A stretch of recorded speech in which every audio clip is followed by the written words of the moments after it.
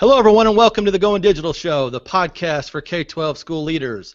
I'm your host, Greg Goins, and this is episode number 13, Reimagined Schools. And in this episode, we're going to talk about classroom design, flexible seating, and share some innovative programs and ideas to create better schools for 21st century kids. If you want to participate in the live broadcast at teachcal.com, go ahead and use the EduLive hashtag. And remember, you can find great live educational content every Tuesday and Wednesday night at the TeachCal website. You can also find the Goin Digital Show on YouTube, iTunes, and Stitcher Radio. So let's go ahead and kick things off tonight. It's a great pleasure to have three outstanding educators, and these folks are on social media talking about Reimagined Schools, and we're looking forward to a great conversation tonight with Kayla Delzer, a second grade teacher in North Dakota.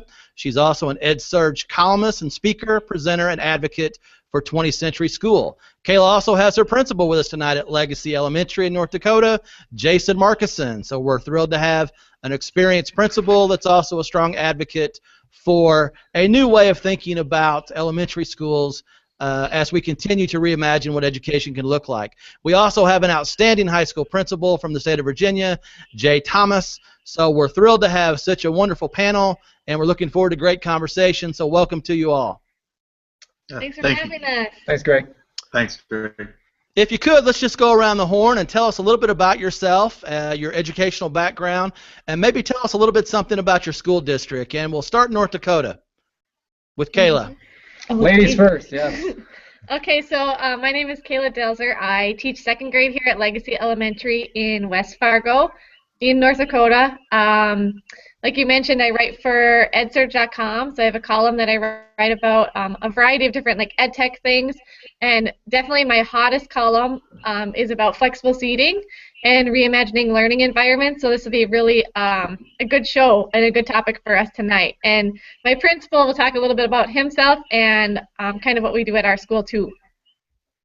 Great. Welcome, Jason. Yes, thanks. My name is Jason Markison, and I'm the principal here at Legacy Elementary in West Fargo, North Dakota. We have a K-5 building here, about 450 students right now, and you know, I've been in education for coming up on 20 years, and you know, from being a classified staff to a certified teacher, principal, coaching, I've been at every level from K all the way through college. So I think I have a pretty good perspective on just you know, where we're starting with kids and where we want them to end up, hopefully. And yeah, try to really work from an innovative and growth mindset, and do a lot of neat things here, all in the name of helping kids grow and better themselves. Awesome. Let's jump to Virginia. So, good evening. I'm Jay Thomas, principal at Albemarle High School here in Central Virginia, and really excited to be on the show. I'm at a high school just under 2,000 students here, and a lot of opportunities, a lot of wonderful, wonderful staff that are doing some really neat and innovative things. And got a superintendent who was just recognized as one of the most outstanding superintendents in the nation, Pam Moran. And so got a lot of neat things going on. We're excited to share and learn from others. Well, I'm thrilled to have everyone here, and we're going to have a great conversation tonight about how we can think a little bit differently about changing the landscape of our schools and provide innovative opportunities for our kids that we all know are 21st century learners. And Kayla, I'll start with you. You and I kind of found each other on Twitter, and I had the chance to watch your TED Talk that you gave at Fargo. And the moment I saw that, I knew that I had found a kindred spirit, because I've been talking for some time about the fact that schools have to change the way they look. We all know schools can be a very drab place, almost have an institutional feel to them at times. Tom Murray always talks about the cemetery effect of the desk and seats in a straight row. And I've been talking for a long time, why can't schools look more like places we enjoy in our society, like a Starbucks or the Apple Store or a Barnes & Noble bookstore? I find myself going to these type of places and actually taking pictures on my iPhone and tweeting them out saying, folks, how come our schools can't look this way? So I was thrilled that you were able to be on the show tonight. And just tell us a little bit about your experience with the TED Talk and kind of this idea that we have to have this change mindset. Okay, so actually the whole mindset of having my classroom look like Starbucks came from preparing for TED. And so when I was preparing for TED, if I was at my house, I feel like super distracted. I would want to like go for a run, or I'd want to do the laundry, or I'd find myself being distracted. So I ended up, whenever I had to like work on my script or I had a deadline for TED, I would go to Starbucks, and that's where I'd get my work done. And I was thinking, like, why can I work here? Why can I work here? It works to work here, but not anywhere else at my house. And so I was kind of just looking around, and it's a lot based on, like, the environment. It's a cozy environment. It's a place that you want to go. There's lots of different seating choices. Nobody checks you in and tells you where you have to sit. So there's just a lot of like just aesthetic things that are really awesome there that help me focus and get my work done. And I was noticing, like, just because I chose the couch and a table didn't mean like that was right or wrong compared to the person who chose a traditional chair and table. And so I was just thinking, like, why can I not have all of these different options in my classroom? And so I started doing research about lots of different types of seating that I could do, and I reached out to Erin Klein. And she's been redesigning her classroom for a long time now and making it look more like, honestly, the first time I saw a picture of her classroom, I thought it was like her kitchen at her house. And then I realized it was actually a classroom, and it blew my mind.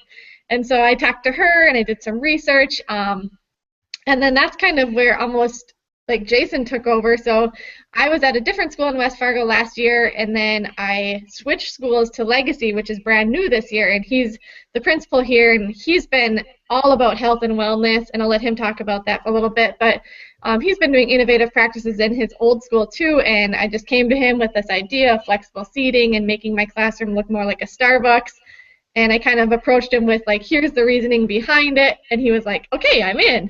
And so I'll let him kind of talk about how we've been using flexible seating and more, I'm going to say, like, less classroomy classrooms, I guess, at our school. I'll let him talk a little bit about how we've transitioned. So Jason, kind of walk us through that. When you have a teacher come to your office and say, hey, you know what, we want to take out all the desks, we want to bring in yoga mats and stability balls, and we want to do all these things that are non-traditional. I mean, what was that conversation like? Well, I'll tell you what's funny about that is sometimes in life the stars just align, and, you know, like Kayla mentioned, even last year I was dabbling in different things already, starting to, you know, kind of piloting some things with some standing desk stations and some, you know, some stability balls, some different things, and doing it myself in my office. I have a standing desk in my office. I did that last year, and so I was already kind of working down this path and had this mindset. And so knowing there's this opportunity to open a brand new school was one of the big reasons I jumped at this, knowing that we could really put our stamp on some unique things and bring in a staff that was going to have the right mindset to really make this happen. And then, of course, along the way, I ran into Kayla, and the stuff she was doing, it just made perfect sense to marry these ideas together and go from a classroom idea to, hey, we got this brand new building, let's do this the right way, and let's really get 7-year-old triplets who could be in Kayla's class.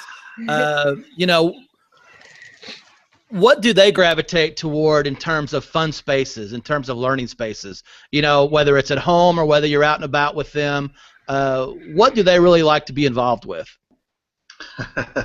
They like to be involved in driving their father crazy when they're in public. The reality is with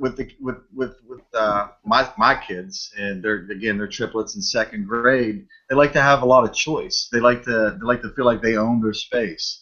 You know, and I think that's what we see a lot at the elementary, right? I mean, you got stations, you got kids going around, and I mean, I love the idea that the kids have a choice of where they want to go to, and that's what my kids come back and talk about, what they got to do, where they got to sit, you know, what experiences they had, and how it's constantly different. And so from the elementary aspect, I mean, I'm excited to see somebody like Kayla and her principal Jason trying new things and reinventing spaces to continue to engage kids in the classroom and get them excited, make them feel comfortable, make everyone feel welcome, and let them have a say how that room looks. And I think that's probably one of the questions that both Kayla and Jason had to deal with early on in this process is, you know, as a school superintendent myself, if I was having that conversation with a teacher that we want to kind of flip things and the classroom look a little bit differently, my first question would be, what's the impact going to be on learning, and most importantly, what's the classroom management plan going to be to make sure that that works? So Kayla, can you and Jason kind of address that a little bit?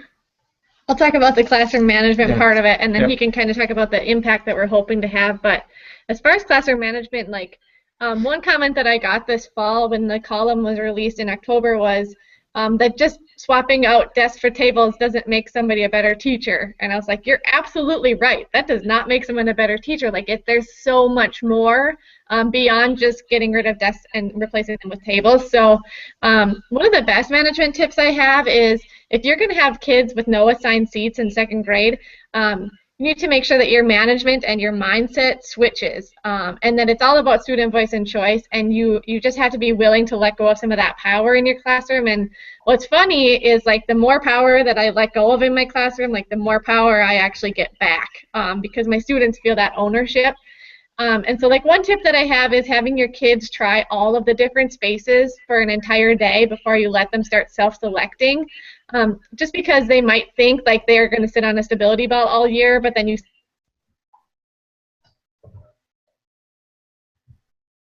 choice for them. And so they need to try all of the different spaces to make sure that they know what actually is a good space for them to do their work in. And then, like, as a teacher too, I just need to always know and be aware of where my kids are working, who they're working by, are they actually working, what kind of choices are they making. But my kids self-select where they work every day. And they know that, like, in my classroom, I don't give warnings for behaviors or for choices. Like, you're either following the rules or there's going to be a consequence, because I feel like if you give warnings, then you kind of blur the lines of, like, what's acceptable and what's not. And so that's just, like, another tip, I guess, is, like, I don't really give second chances with the seating. But the classroom management, I feel like you almost have to be more on top of things than you would otherwise. Okay. Jason? Yeah, definitely.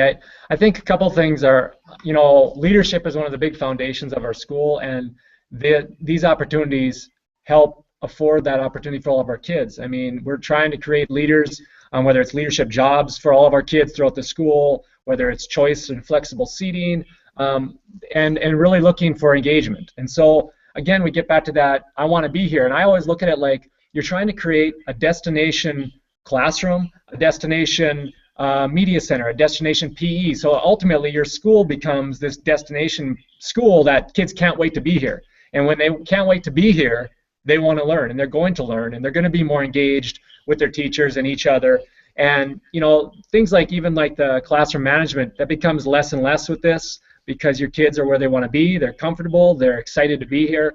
So there's just a lot of residual effects that come from this. But the one last thing I'd say also is, it's just like Kayla mentioned, there's a lot of planning that goes into it. It wasn't just we drum up a bunch of stuff and here, grab a ball, grab a crate seat, and go to town.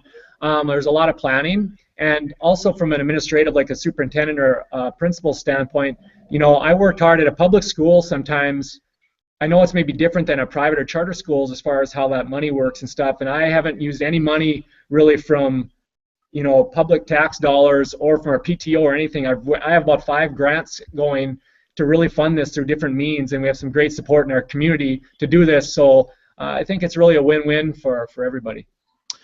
And my guess would be that you have a lot of people that want to come see your classroom, Kayla, whether they actually want to be on site and go through it, or maybe they want to see photos from your Twitter feed.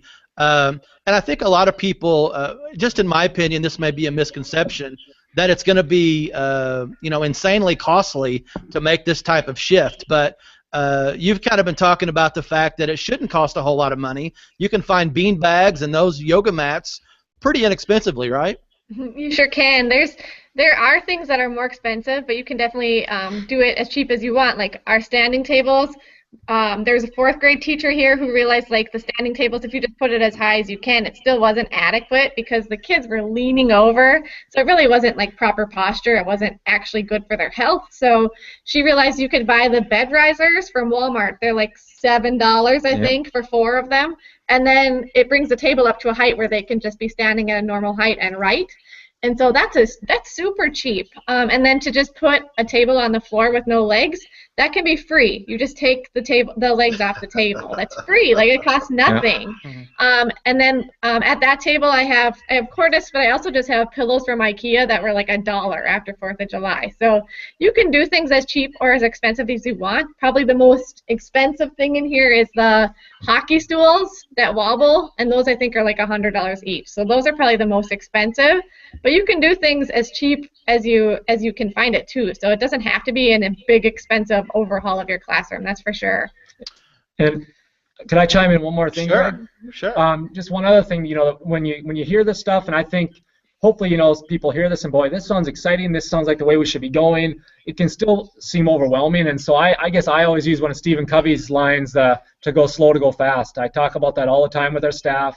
We're coming along together. We're trying to move the whole building to do this, so we're not trying to be like speedboats zipping off into the horizon. So we're just trying to be very purposeful and walking through together as a staff and educating our families and our kids along the way, so that we understand why this is happening. It's not just we're new, hip, wow, and now there's a real purpose to what we're doing to ultimately help our kids. And I know the kids love it, just from reading some of the things you've put out, Kayla, and I think that's awesome that you're sharing those experiences. I'd be interested to know what the parent perspective is, and just is this becoming the norm in your school, or is this still something that's going to continue to pick up steam? So this is like very much the norm in our school now, and it's really happened very organically, which I think is very cool, because it wasn't like we went out and advertised like, oh, come see the flexible seating in this classroom, this is the way we need to go. Like, we never told anyone that this is the way that we had to go, but slowly but surely, like, the word got out of what was happening, and then pretty soon people started peeking in, and more people started hearing about it, and it really just happened really organically, that the people in this building just have the right mindset. We have the growth mindset. We'll do anything that's going to be best for kids. And so slowly but surely, Jason collected all these grants, and we had some money to purchase things for flexible seating. So we basically put out like a Google survey. If you have these options, what would you like for your classroom? And so honestly, it all got delivered right around Christmas, which is like, as a teacher, if I even got one hockey stool, I'd have been doing like cartwheels. And we gave out like tons of things, which was really cool, all thanks to a lot of different grants, but one of the big ones was Dakota Medical Foundation here in Fargo. Great. And Jason, I had the chance to read your blog post on flexible seating, which I thought was fantastic, and I hope you take the opportunity to write even more about your experience. But the one thing I found interesting about what you were writing about is the fact that before you decided to jump in 100%, you wanted to do tons of research, and you wanted to have data available so you can actually really climb on board 100%. So you want to talk about that a little bit? Yeah, and I just think that obviously we're talking about personalized learning, flexible seating here, but any decision I make, I guess, as a building leader, I'm always looking to back it up with facts and data, so we understand and really beat people to the question why. I think it helps to understand the purpose behind what we're doing, and then if you can show a reason for wanting to do that, then we go ahead and make it happen. So I think that it really helped our cause, and we're also, even now on this other side of it, we're actually continuing now to put together a health, kind of like a fitness forward brochure that really actually depicts each of the different apparatuses like in our rooms that you can use for flexible seating, and what their purpose is, how they help the body, and what they do, and why we're using them. And also along with that, every room has chairs or stools, and it's not like we're saying you can't have a chair or a stool, and we talk about that, and we're even teaching proper posture and those things, because the reality in life is you're probably not going to go out to Applebee's and have a yoga mat sitting there. And so we're just trying to teach, not just legacy habits, but life habits for our kids going forward. And I think what you've been able to create is absolutely incredible, and I do believe it's going to become certainly a model for other school districts to follow. Jay, I want to jump to you a little bit and just talk a little bit about what you're doing in your high school. We kind of found each other on Twitter as well, and your high school district actually made national news when you removed all the lockers from your high school and replaced those with benches with charging stations. So tell us about your story a little bit. Yeah, we got a lot of neat things going on. So I was actually excited to hear about what was going on in North Dakota too, because we have a lot of our elementary schools that are moving to a very similar model. So it's wonderful to be able to hear that things are going on in other places and try to connect some people. We have so before the lockers, just with spaces in general. My introduction to it really came about 7 years ago here at Albemarle High School when I walked into my German teacher's classroom, and she teaches in a methodology called TPR storytelling. And I walked into a German class, and there's no desks in there. Kids are sitting in kind of a semicircle around the chairs. They're up acting things out. They're being silly. They're singing songs, and it was so funny to watch. I was like, what in the world is this? I've never in my life seen a German class or a world language class like this. And to learn, I mean, that was my first introduction to seeing how we can do things different in education. We don't have to do the status quo the way we learned and the way we did it. Because especially if you look at national data as far as climate survey from the kids, you'll see common threads across the high school. The kids get more and more disengaged as they go through education. By the time they get to the high school, they're sick of sitting through a 50-minute or an hour and a half as we got at class. They want to be up. They want to be acting out. They want to be doing things. They want to learn. They want to apply what they're learning. And so we've got a lot of neat things going on like that too. The national attention with the lockers is kind of funny because it's so simple. But in our school we have just under 2,000 kids, and we have literally 20 kids that are signed up for a locker. When I first came to Albemarle High School, I mean, it took our custodians so long to rekey lockers at the end of the year, and they kept saying, Jay, no one's using these darn things. Why are we spending all these weeks over the summer rekeying lockers? And so we started looking at it. So then we said, all right, well, we're going to give freshmen, because freshmen come to high school, they need a locker. So we gave them a locker, and we're just finding they're not using it. And so what we do now, up until this year, we said, anybody that wants a locker, come tell us, and we'll give you a locker wherever you want the darn thing. And we have 20 kids who are interested in lockers. So again, as we're here in North Dakota talking about, how do you save money, how do you do these things in a relatively simple fashion. As my building's over 60 years old, so as they're renovating hallways and things like that, we said, hey, it's a lot cheaper. Go ahead and pull the lockers out right now. And what they did is started putting in benches and whiteboards and standing stations so the kids can go out there and actually charge. We have a very open campus, which, believe it or not, is transient as we are. When people come in, kind of freaks some people out. They're like, what do you mean the classroom isn't the only place that they learn? They spill out into the hallways and things like that. And so you'll see that. You'll see kids all over the place, but they're working. Our photography kids, they're everywhere taking pictures, and we are one-to-one now. So all of our 2,000 kids have a computer and issued a computer, and so the charging becomes an issue. And so that's what we were looking at. Well, we've got lockers that aren't being used, that are taking up space. What can we put in here that'll be functional, that the kids can use? So we build out places where kids can sit, they can work, groups can move out, but they can also plug in and charge up. So that's some of the things we've been doing. We've got a new team approach to some struggling ninth graders, and we've got a lot of flexible spaces and choices within the classrooms. As we re-envision classrooms throughout our division, we're really taking a look at remodeling and rethinking how we outfit our classrooms. So we're not taking our typical desks and chairs as it's time to put new things into place, and we're learning each year from each level what's working, what's not working, what the kids are gravitating to, and each time we have an opportunity to re-envision a new space, I think we're getting better and better at it as a division. And I know you have an opportunity to work with a fantastic superintendent in Pam Moran, and Pam is or was named the Virginia Superintendent of the Year and was actually a finalist for the National Superintendent of the Year. And we've been fortunate enough to have Pam on the show, and she's a tremendous advocate for Reimagined Schools and changing those learning spaces. So as the students get older, as they leave Kayla's classroom and they move up to junior high and then high school, how are your learning spaces changing to meet their needs as they get older, Jay? So that's one of the things we've really been challenged with, trying to re-envision. So from our library, the way the library used to be was the old school traditional library. You came in, you sat there, you were quiet, and you studied. And that's really all that happened. So we've really re-envisioned that entire space. We have a music studio now in our library. We have a broadcast booth. We have a peer tutoring center, and we've just really recreated our library. You'll see rap concerts, songs in there, poetry slams. It's a place kids are really gravitating to.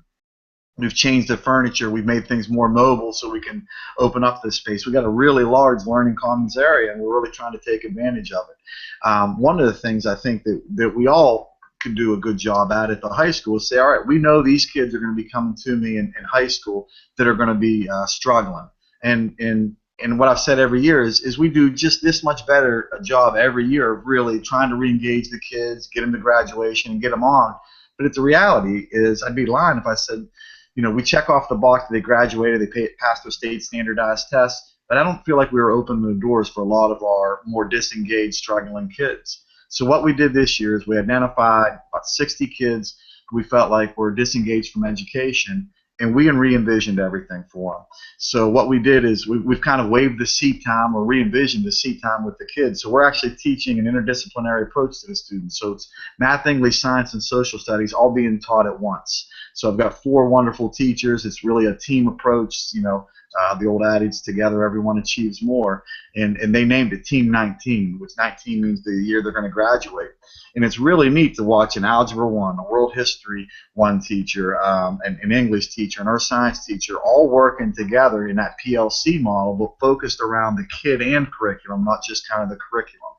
And again, what we did, we had a chance to re-envision some rooms.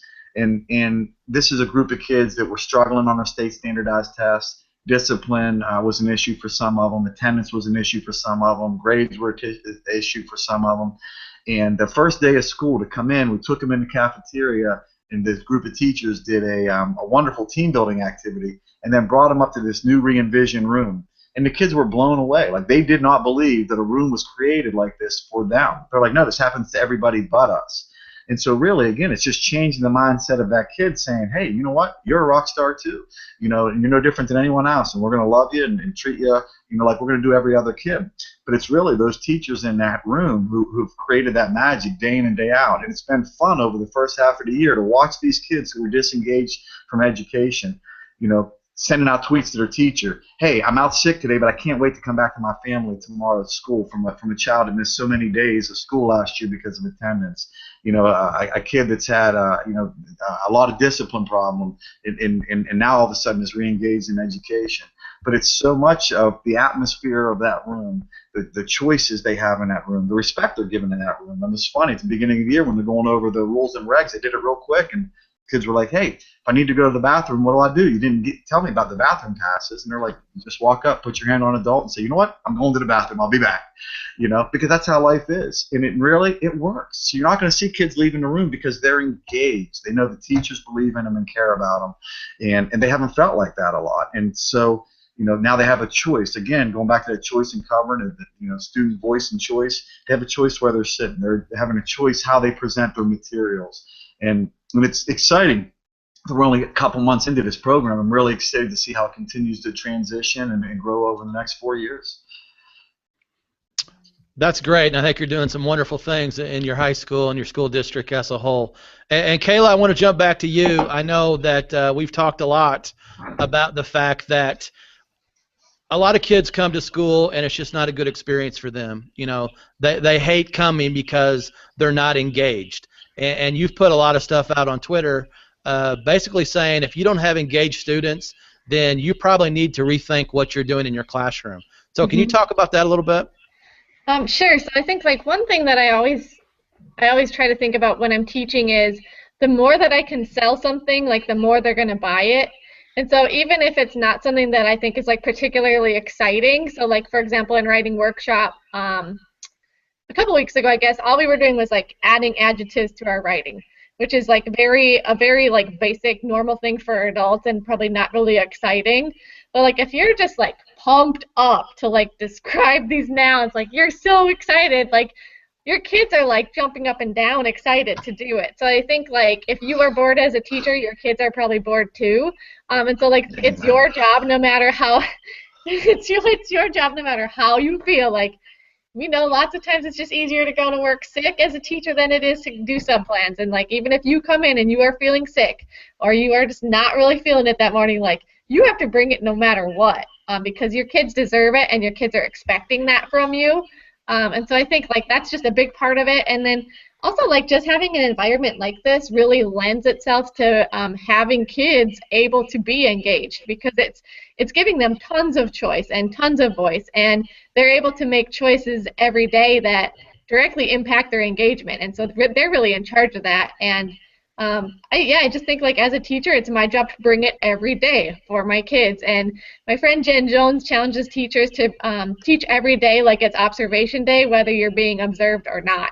And I think like that's really true, because a lot of teachers, when they know they're going to be observed, like they have the stellar lesson plan, like the lesson of the year, because they know that their principal's coming in to watch. But like every day should be a lesson plan like that. Like every day you should have that kind of energy, regardless of whether your principal's coming in to observe or not.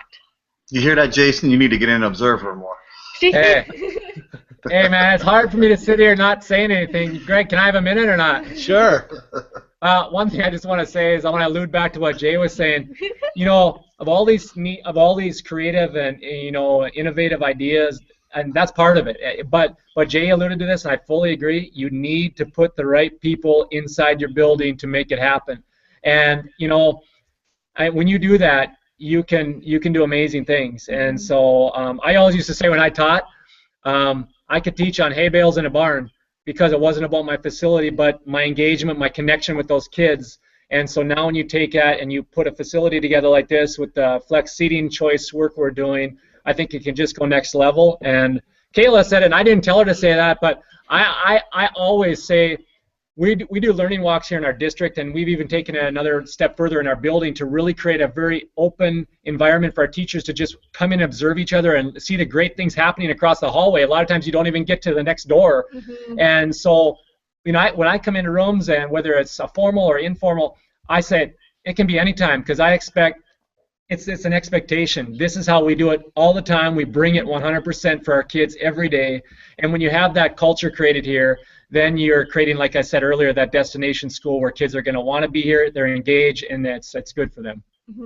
Jason had a teacher when was it, December? Yep. A teacher, he was doing like round one of observations, and at the end of the observation, they were talking about it like in his office or whatever, and she said, teaching at this school, she wants to be a better teacher every day, just because all the people around her are like bringing it so much every day that it makes her inspired, and she wants to be better every single day. And I think that just speaks volumes for what we're doing at our school. Like, we challenge each other to be better every day for our kids. And like he talked about how we really do have open door policy. Like, we have door hangers on our door that are green or red. And so if it's on green, teachers know you can come in any time of day and watch. And so there are literally teachers from inside our building that come in and out of our classroom all day long that we just go in and we just watch each other. And that's the kind of culture that we've established here, which I think is pretty rare. I think there's not a lot of schools where teachers are like, yeah, come on in anytime. Like, I think that's rare, and that's special, and that's really cool. And I think we've talked a lot tonight, and it's been great about trying to change the culture of your building. And JS, I go to you and I think about high school teachers. It may be a little tougher sell, but how do you get them to move from a more teacher-centric environment to one that's more kid-centered at the high school level? Yeah, that's a big challenge, and I think it's a fun challenge, like Jason was alluding to earlier. You got to, when you have those right people in those positions, magic happens. I mean, and just looking at the Team 19 that we're doing, I approached, the 4 teachers in the 4 core areas and said, hey, got a challenge for you. And we were pretty late in developing this last year. And I was up front, I said, this is going to be a ton of work. And it's going to really, you're going to have to re-envision and reimagine everything you're doing. And really, we're having more students, and we're changing our approach how we're teaching kids versus making the kids change their approach to how we teach. And they jumped on board. And the magic is when you go around and talk to the kids, they'll tell you, I'm so excited and passionate every day because this group of teachers is so excited. Or if you walk into our world language programs, we've done a good job of really trying to get this TPRS method, not just in our school, but countywide, because it's such an engaging way for the kids to learn a language. And so we brought in national presenters every other year. We've sent teachers to conferences. We've done a lot of professional development. And I think that's the key, is those opportunities for teachers to share with each other, to learn with each other. And I think that's why it's so powerful to have a program like this, or to be able to connect and make those connections and jump on Twitter and see who's doing things and be able to learn from each other. But the truth is, as you're continuing to hire, those are the things that you're looking for, and the qualities of what you're looking for, especially in a high school teacher, because how many of us, when we went to high school, teachers teach in isolation, right? So that's one of the beautiful things about Rick DeFore's PLC model, is it starts to break down those walls. It makes teachers talk about common assessments and start talking about kids and curriculum. And at a high school level, that's a lot harder, because it's easy to close your door. This is my classroom. Heck with everybody else. This is what I'm teaching. But it's so fun with the interdisciplinary approach that we're doing more and more of in our school and in our county, to watch the excitement level of the teachers. And a lot of it comes back to that professional development. We need time to learn it. I truly believe our teachers want to do it, but it's just hard, right? And so you find the right teachers, and that's how you start it. You start that program, and you make sure it's successful, and then you continue to build it out. I've got some things that we're looking at next year with history and English, having some conversations about blending some more science and English. So again, why do all these classes have to be taught in isolation? And everything doesn't have to be a one-size-fits-all. I mean, we have, the beautiful thing about our school, it's a true microcosm of our community. We've got a little bit of everything, from kids that are struggled, that may not walk across the stage. The kids will get into every Ivy League school, University of Chicago, anywhere you think of, they're going to get into. And it's beautiful to have this wonderful mix and say, how do I continue to change things and get things ready for those kids at that upper level, and those kids that are struggling, how do we re-envision school for them and really approach what their needs are and engage them and open up a lot of doors and opportunities for them. So it's a challenge, but it's fun. And I think, just getting those right people in the position and then supporting them and honestly getting the heck out of their way. And Jason, you and Kayla make it look awful easy, and I know that there have been probably bumps in the road along the way, but I'm sure you talk with your colleagues a lot, other principals, maybe even superintendents in your area. What advice do you try to give them whenever they ask you questions about changing your culture? Well, one thing I was going to say, and I wanted to touch on one point Jay was saying.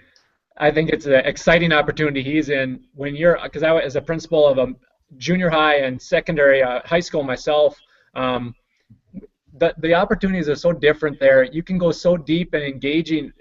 It's just such a different conversation you have with secondary age kids. And so for teachers that teach at that level, I just look at it as it's just so exciting, because you're literally a step away from quote unquote the real world. You're heading out there and to really engage them. So I just think that energy is just it's more able to be there. And so I think it's exciting for Jay and the opportunity he has there. But to answer your question, Greg, I guess when I get questions about it, I alluded to it earlier, a lot of times the principals anyway, they're getting teachers that are maybe knocking on their door and saying, hey, what do you think about this? Do we have any money to try this, or should we try this?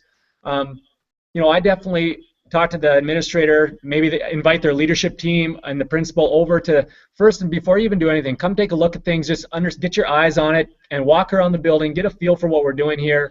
We don't have all the answers yet by any stretch, but once you start to do that, you really get a feel for what we're talking about and what that shift might look like and how you can do it, and then you get through the other phases of budgets and how it's going to happen and if it should happen and so forth. And I think part of this conversation is, we've been talking a lot, especially the last couple of years, about the maker movement and how that's becoming more and more commonplace in our library spaces, or even in our buildings as a whole.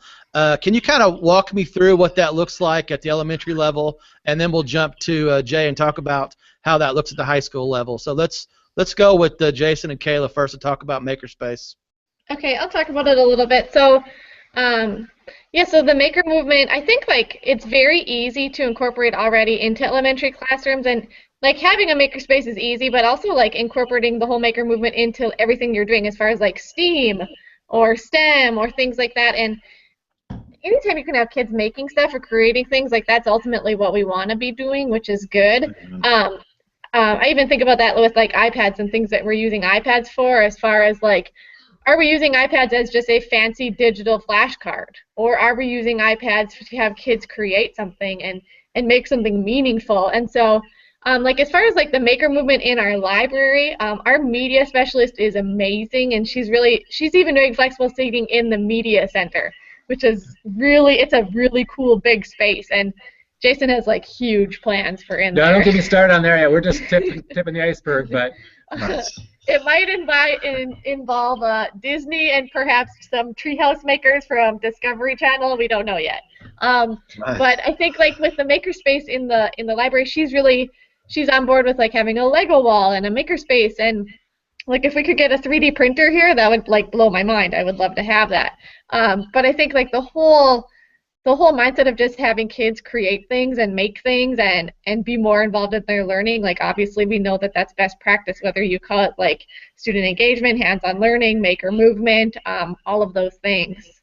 We even have, trying to create those spaces. Jay talked about this earlier about our media center, again, another destination place, but we actually have a fireplace in there, and we're going to be creating a graffiti wall of bricks and stuff that are going to have quotes from books and stuff that are on there that are going to be the mantle and the bricks and all that around the fireplace that kids will be able to look at and be inspired by. And so having an authentic space created by the things we're experiencing and doing every day, and just different, very eclectic, like almost feels like a college lounge type in there where you can sit around and just check things out and read things. And so it's a unique space that really lends itself to those things. Yeah, and she's planning on having a makerspace in there, which I think would be very cool to have like a very centrally located one. That might be a little bigger than what we can have in our classrooms even. But just a really cool place to go to have all the supplies that you need. And I think that it's really cool that she's on board with supporting us as classroom teachers to have that in her media center. Wow, that's absolutely awesome, and I can't wait to see it when you make progress on it. Please tweet some pictures out for us. You know we will. Yeah. We sure will. Jay, how's that makerspace looking at the high school level? Oh, it's fantastic. We got a lot of neat things going on. We got a ridiculously strong arts and letters program, and we've got a wonderful Mesa homegrown STEM program. So we've really transitioned to the STEAM focus, which has been wonderful. And just talking about the 3D printers, we do have a 3D printer in our library. It's really neat. We have some that we have in our classrooms, and so again, the more that we're able to get different grants and opportunities, funds, things like that, donations. I mean, that's what we do. We put it there, but it's neat to see kids coming in and building and playing, or taking Arduinos and things like that, and so we have our librarians are wonderful. They're constantly pushing themselves to learn, seeing what the kids are engaged in. Heck, we have a sewing machine, or I think actually we have 2 sewing machines in our library, and you'll be blown away. It's mostly the guys that are coming in and learning how to sew, to make things. They're probably just trying to impress all the girls, right? Look at this pillow on me. But I mean, the opportunities the kids have to come in. But the whole maker movement for me is this, right?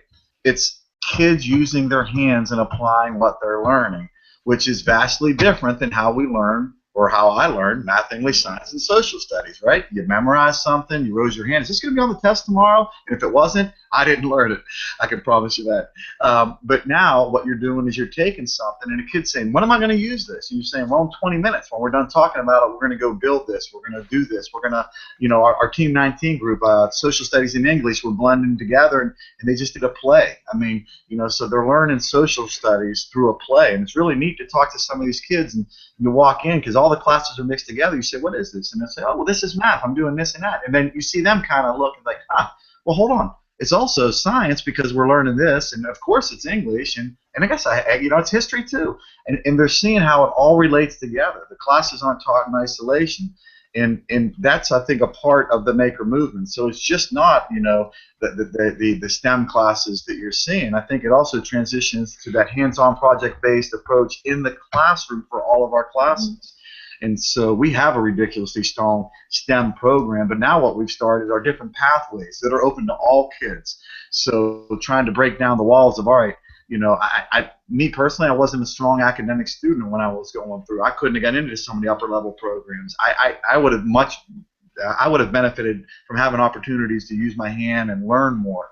And so that's what's exciting. Now we're blending entrepreneurship with a lot of our different engineering and STEM classes, and teaching the kids the skills that they will need, hopefully, to be successful, to go out and start their own business, to go right into the workforce from high school if they want to. You don't have to go to college. I mean, I know that's something we push in schools, but we want to prepare our kids to be successful in life. And whether that's going to the workforce or going to the college, we need to open doors for them. And I really think that's what the maker movement does. It gets kids engaged, gets them excited, gets them thinking at a higher level, asking questions, questioning things. And the beautiful thing with the maker movement that I see is how the teachers really find it acceptable to fail, right? Especially you go up to the engineering classes and you see how many times the kids get something wrong. And it really makes us as educators re-question not just how we're setting up the room and the philosophy around it, but how we assess kids. Why do you have to get this right on the first try? You know, if you learn how to build a bridge and it takes you 4 chances at the end of the day, if you know all the things that you're not going to do so that this bridge will actually stand and you can learn how to make the bridge, then it's a win. It's what you get at the end of the day. But the kid learned 4 or 5 different ways not to make a bridge. That's fine. So, you know, I think that's what, again, that hands-on, opportunities for kids gives them a chance to apply it, see what works and what doesn't, and question things. And it's beautiful. It's really beautiful. I'm excited where we're going in education. That's just awesome. And again, I know there are wonderful things happening out there. I hope I can actually make the trek to Virginia and see for myself someday, as well as North Dakota. I'd love to be a visitor and come out and check it out. And you know, we can't really have a show about Reimagined Schools without talking a little bit about, you know, we all have a connection to Ted Dintersmith, the executive producer of the Most Likely to Succeed film. And Ted's actually been on the show, and I really could have talked to him all night. Just a fascinating guy. But I think all of us have some connection. If you could, Jay, just tell us a little bit about your connection with Ted. Yeah, you know what's funny? So I met Ted not too long ago, actually, when he was going, and he still is going around talking about his documentary, Most Likely to Succeed. Ted, coincidentally, is actually from my school district, which I didn't know. And so he, as he was going around talking about Most Likely to Succeed, he actually had a chance to come around and visit some of our schools in Albemarle County. And he came and he had a chance to see what was going on in Team 19 and talk to the kids. And he was so impressed that he actually put together a quick little, I think it was 4-minute documentary that I understand he's been showing as he's going around and promoting Most Likely to Succeed, just showing some things that are going on in some other schools outside of the school in California. And so what happened was they're actually doing a new documentary, and Ian came out and he spent 2 weeks with our kids in Team 19 and has been filming, highlighting the students and the teachers and the program and how they're really changing things. He's going to come back at the end of the year, and actually they're talking about shadowing these kids over the next 4 years and seeing how we continue to change the experience for these kids going through and where we thought they would be after 4 years and where they really are. And I'm just, you know, you'd love to fast forward time and see where we are, but Ted's been a wonderful resource to us, and it was just really neat to sit down and hear about his excitement and where he thinks school's going, and continue to challenge us in a positive way to keep moving forward, because we are doing this for the kids, and we got to keep changing. I mean, and if we're not changing, then we're going to fall behind. It's really that simple. Great. So, Kayla, what's your experience?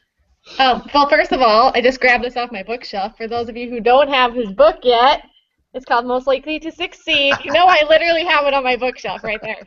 I was like, I have to grab it. And he has a documentary film by the same title. And so my connection is a little bit, it's similar to yours. So when I did my TEDx Fargo talk, he did a TEDx Fargo talk the same day. And so we actually were sandwiched we sandwiched somebody else. Like, we were kind of bookends with our talks. And so we had a lot of time to connect the night before Ted at a speaker dinner, and we just realized, like, we have a lot of views that really aligned, and it was kind of crazy because we hadn't met each other before, and this was the night before Ted, and I was like, this is what my idea's about, and he's like, this is what my idea's about, and it's like, oh my gosh, like, it was crazy. And so we both had our TEDx Fargo talks the same day, and then we were just sure to, like, stay in touch, and so he came back to Fargo to show his documentary, as he's doing in every single state. I think he's got through all 50 states now, or he's close. And so when he came back, he said, hey, I have this film crew, I have Ian, and I'd love to do like a mini documentary of what you're doing in your classroom. And he's like, is that cool? And I was like, I don't know, Jason, is that cool? And Jason's like, yeah, that's cool. Very cool. Very cool. And so Ian came in the day after they did the documentary showing that night, and same thing, he put together, it's going to be part of either like the second documentary, or he's even talking about like doing a mini series of smaller documentaries. And so either way, like, what an honor to have him come in our classroom here at Legacy. What an honor. And same thing, he's been showing the 4-minute clip where he goes different places. So one of the most recent places he got to show it at was a White House event. And they loved it, and my kids were like, oh my gosh, we've been shared at the White House. So they've been pretty spoiled this year with some of the media that they've got for sure. But Ted has been an amazing resource and an amazing friend, and just like a crazy connection, like the stars aligned that we're both speaking in Fargo. Like, what the heck? Really cool. And Ted and I had some very interesting emails here a month or so ago talking about the 30 for 30 documentaries that are on ESPN. I don't know if you're familiar with those, but they're fantastic and they're wonderfully done. And I told Ted, I said, Ted, that's where you go next after Most Likely to Succeed, is kind of follow that 30 for 30 idea and do that with education. And it looks like he's starting to go that direction. So, Ted, if you're out there, give me a little bit of credit for that, brother. I mean, right. So, we couldn't really talk Going Digital tonight without talking about technology a little bit. And as I alluded to earlier, I was in an Apple store in the Chicago area not too long ago, and it's such a cool space. And I was talking to Jeff Bradbury, who some of you know does live shows and podcasting with the TeacherCast broadcasting network. He's also a technology coach in his school district, and we were talking about the fact, why can't our school computer labs look like the Apple Store? Why can't we set up those stations where kids can go from station to station and do something different, kind of like makerspace meets computer lab? So I know a lot of you are one-to-one, so kind of talk about that thought process and where you're trying to go one-to-one, and we'll start with Jason. Oh, let's see. I don't know. I guess I could start by just saying I don't disagree. I mean, I think that fits right along with the mindset of what we're doing in our classrooms. I mean, I look at computer labs and buildings as no different. I mean, this should be it should be not just a space, but it should be a space you want to be at, that you can be productive at, that you have options at. And so, those things, of course, when you're in a public school, though, like anything, it takes time for movement on those things. Those are a lot of dollars sunk into those areas of schools, of course, and you have to work with different departments to make things happen. So again, and especially out of respect for the district you're working with and all the folks that do a lot of work, it's just, again, that mindset of really identifying first and foremost, is this something that's going to help kids? Is it necessary? Why would we do this? And then you can start maybe having those conversations with different entities within the district and see if that's a direction we should go and if we could go. So in my old district in Minnesota, we actually were one-to-one the year that I left. So grades K through 3 had mini iPads, and then 4 through 8 had full-size iPads, and then 9 through 12, actually every high schooler got a MacBook Air, which is very cool. And so they actually are on year, I want to say 4 of that now. And so like after year 3, they could trade them out if they wanted something else. But I believe they stuck with those same things. And I remember like when I was kind of piloting some iPad things a year before they went one-to-one, the tech director was like, okay, so Kayla, like for your second graders, if you could do iPad minis or full-size iPads, what would you want?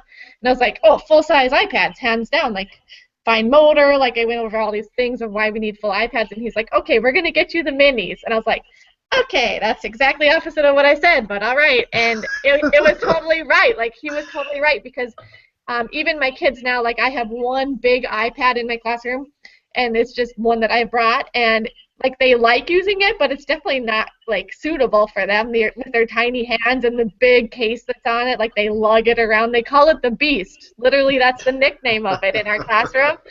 And so this year, I actually am 1-to-2. So I have 10 different iPads. One thing that we're kind of toying with is possibly looking at the district policy as far as bring your own device. And I especially think like in our school, like almost all my kids have an iPod or an iPhone or an iPad at home.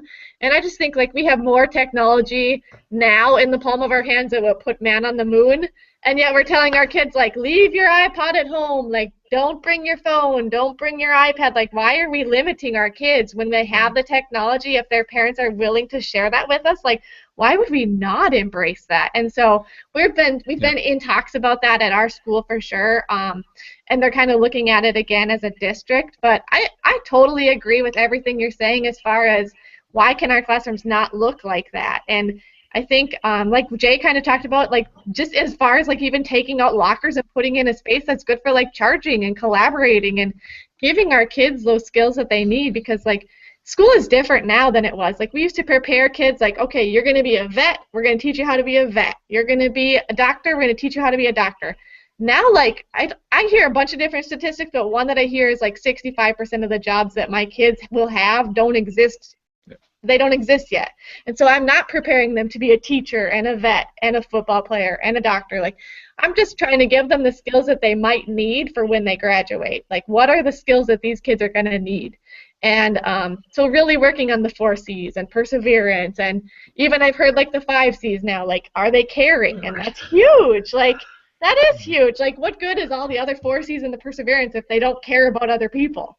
And so that's where we've really been connecting, like, 7 mindsets and leader in me. And so we're just really trying to prepare kids with all the skills that they're going to need for when they leave us and when they go to out in the world, because the reality is they're not going to be at Legacy Elementary forever. See, I'm biting my lip right now. It's hard for me not to jump in and be just as enthusiastic about all this, but so it's okay. So basically ditto. Yes, I agree. That's what we're doing. That's what we're about. So. And I think, like, we always focus on the technology, but really it's not about the technology. It's about the things that they can do with the technology, whether it's a one-to-one computer or an iPad or a Chromebook. Like, people get so wrapped up in, are we getting the iPads, are we getting the Chromebooks? Like, it doesn't matter. What matters is what they can do with it and why the purpose. Why are we doing this? And the one thing I'll say, and then I'll let Jay, I know Jay needs to talk to, is just when it comes to what we call, the 4 C's and P, perseverance and communicate and collaborate, those skills, whether you have one-to-one or not, those skills, there's no career, no job, you will not,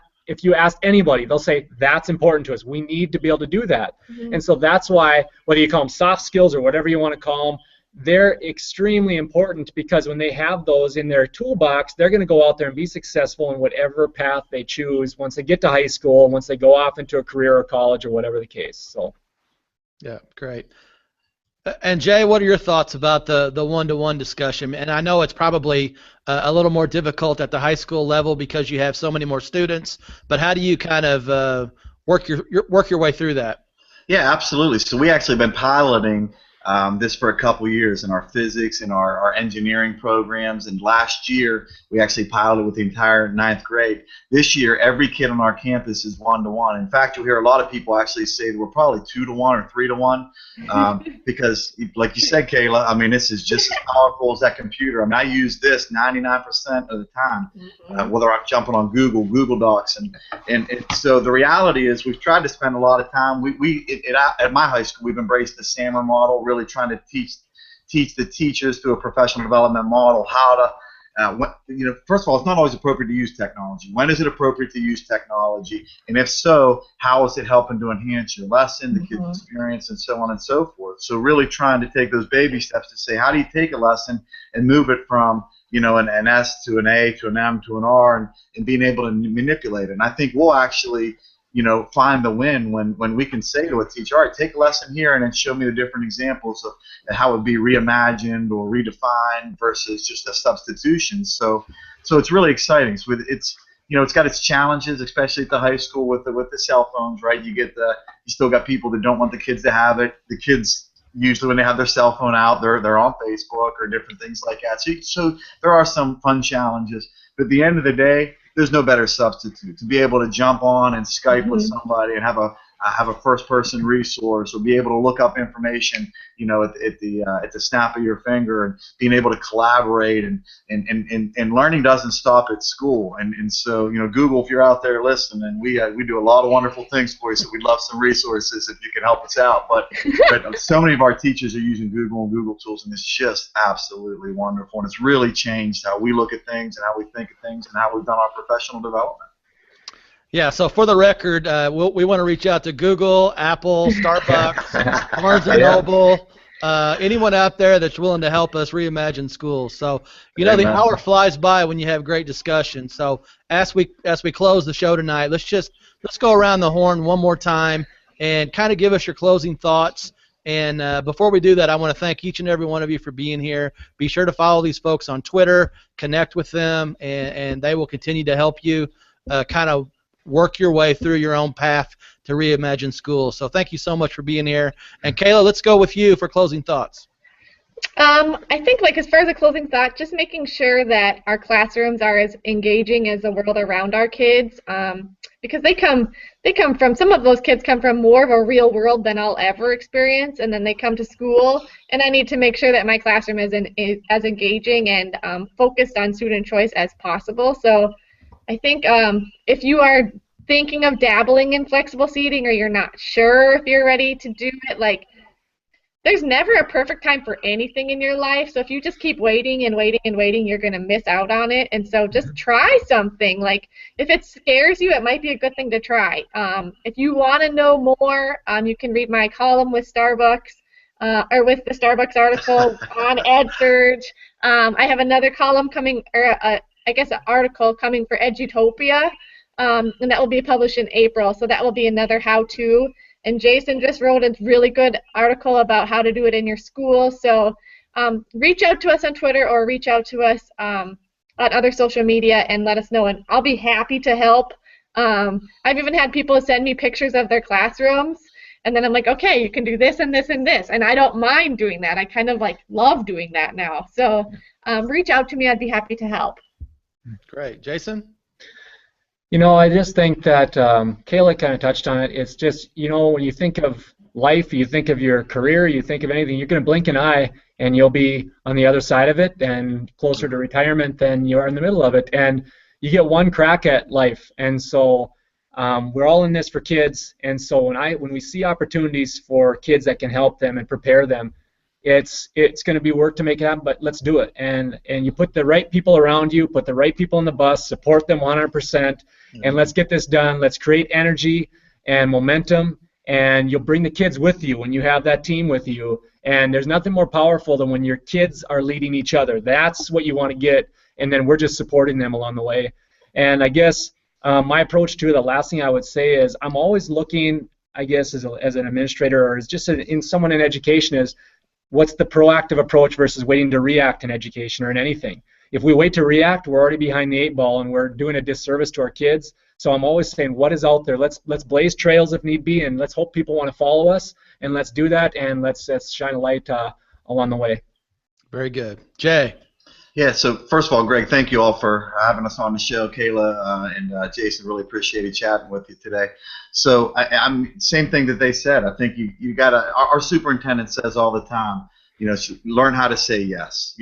Find the yes in things when somebody comes to you and says something. It's so easy to say, oh, no, we can't do that. We've never done that before. We're not going to do that. I'm not going to, and find the way to say yes, because our teachers, our educators, our community have some great, great ideas. And find a way to do something different. And that's the thing. Find the people that have that energy, that want to do something, and go after it. You know what? And if it doesn't work, fine. But at least you're trying something different, because this one-size-fits-all just isn't working for all of our kids. And the world's changing quickly. If we're not changing with it and engaging our kids, then we're going to leave them behind. And so I don't think it's ever too late to say yes and try something and really go for it. I'm excited where education's going. I'm excited about the people we have in our building, and I'm excited that we get that opportunity to have conversations like this to keep challenging the way we think and who we're connected to. And so really thank you for the opportunity, Greg. Thank you so much. Well, thank you so much again for being here. This has been a wonderful show, and thanks to all of our viewers live at teachcow.com. I also encourage you to listen to the show on demand, either through iTunes or Stitcher Radio or through the YouTube channel. So this has been a great episode, and continue to think about Reimagined Schools. So this is it for tonight on the Goin Digital Show. We'll see you soon, everyone. Have a great night. Good night.